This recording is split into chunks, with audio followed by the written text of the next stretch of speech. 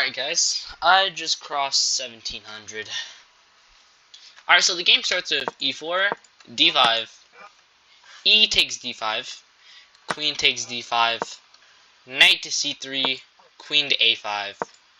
He develops the knight like normal, and I developed the knight like normal. He goes here to prevent a pin, so I just develop my bishop. Castles, I go here, because I'm supposed to go here anyways. I don't really care about the move order though. It would have been a little more accurate to go e6 to develop my dark square bishop, but this is a good move too. He attacks my bishop. I could have just ignored it and taken the queen later, but I want my queen on the a5 square or the c7 square in the Scandinavian. Alright, so he attacks my bishop, I go back.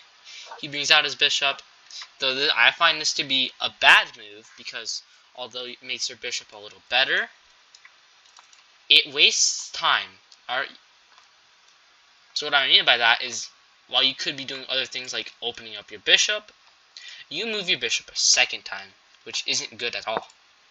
So I just decided to develop my other bishop, because why not? And this is a mistake because he can fork me, though it isn't bad. I go here, because if he goes here, then bishop takes f2. And he can just go back, though that's pretty bad. So he saw that and was like, no, I'm just going to take the bishop for the knight and just be comfortable. He kicks my queen out while developing his bishop, so I just go back. He brings his rook, which I find really bad. The rook does not belong on that square. So I go back and blunder. Now this, it doesn't matter what you take with here. So he takes, then I go knight here. Because the rook is defending the bishop, and if I get rid of the defender, then I can simply just win the bishop. So he takes, I take the rook, and he's like, wait a minute, that's a good idea. I'll win this knight, and because if I do this, I'll lose the queen.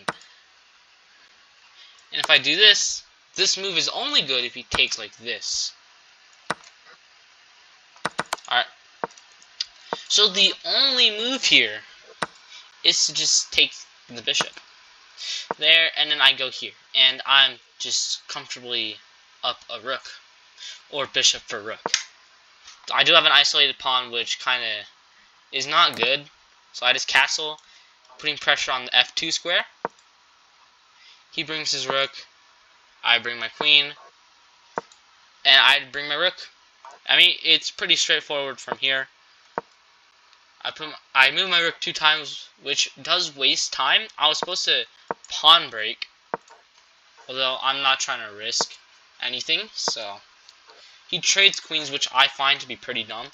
The source of counterplay is your queen, so I just take the queen, and I want to stack my rooks, and this is a dumb move, as it allows the rook to infiltrate in.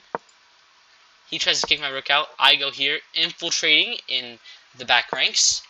He tries to prevent me from going here, so I just bring it to the open file. He goes there, and I can go here, although that isn't the best thing. I didn't really see a point to doing that. So I go a5, because what I want to do is I want to go here, then here, and then split the pawns. Just like, I'll win this pawn if that happens. He goes here, trying to prevent this. I just bring my king down. And he just starts attacking my rook.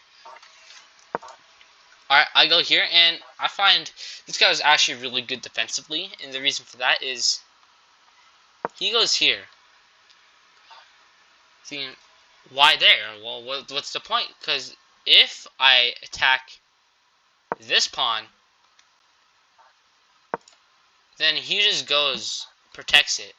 I find that to be really impressive. Alright, he blocks the vision of my rook, and he protects this pawn. So it's going to be really hard for me to do anything.